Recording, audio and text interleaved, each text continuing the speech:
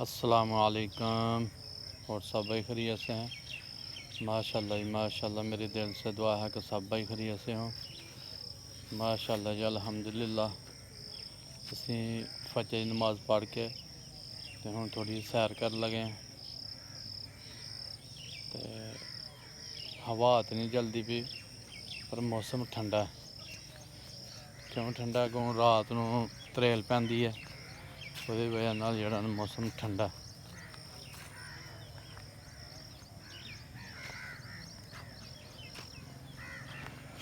ते फसलां भी बड़ियां प्यारियां ने, मुंजियां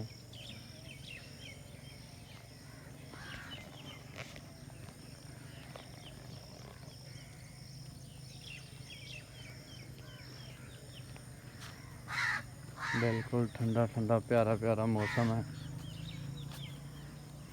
ते माशाल्लाह जी जेह्ड़ियां मुंजियां च पानी है वो बद्दलां दा ही है, क्योंकि चरियां च पानी हाली तक खलोते दा ते मुंजियां च अग्गें भी लाई दा ते ओह्दी वजह नाल पानी खलोते दा।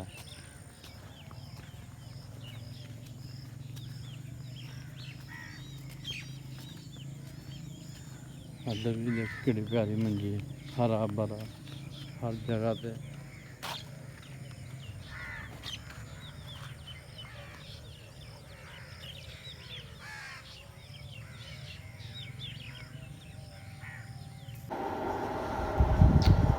लो जी असीं अज तुहानूं जेह्ड़ा ना अपने सील चूचियां दा शो करवाने आं। माशाल्लाह काफ़ी सारे साढ़े कोल सील चूचे चूचियां बिच कोई आंडियां ते बैठे दे ने। बच्चे थोड़े दिनों तक छोटे छोटे निकलणगे इंशाअल्लाह, फिर वो भी तुहानूं विखावांगे। तो हूँ तुहानूं विखाने आं सील चूचे अपने। कुछ थल्ले ने कुछ छत्त दे थल्ले आह्ले विखाने आं सील चूचे।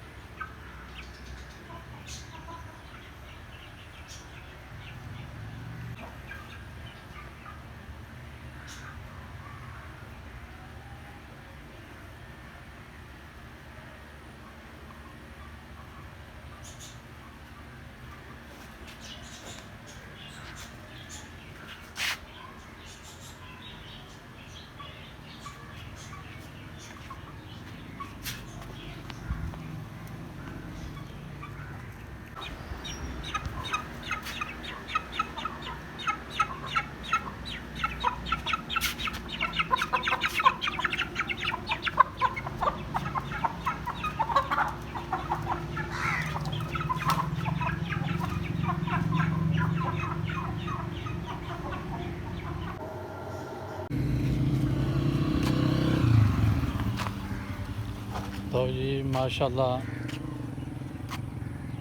चूचियां का शौक पूरा करके तो होर भी शौक है नहा धो के हूँ जोहर की नमाज़ पढ़न चले।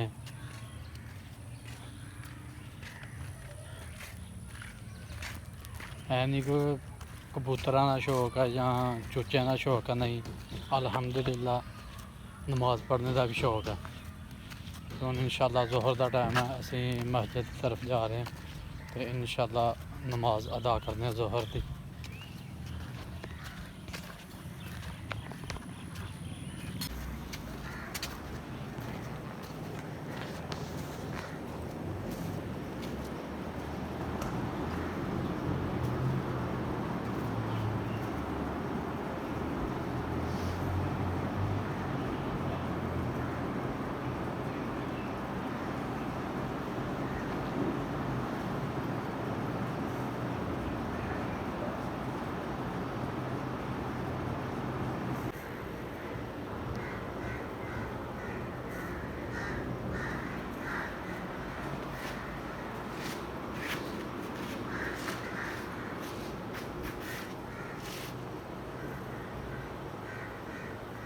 अल्लाहुम्मा इन्नी अस्सअलुका मिन फज़लिका व रहमतिक।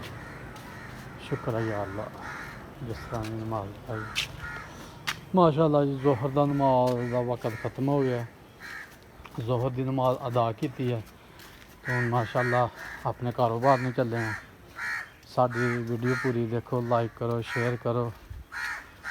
अल्लाह ताला तुहानू नमाज पढ़ने की तौफीक अता फरमाए, आमीन।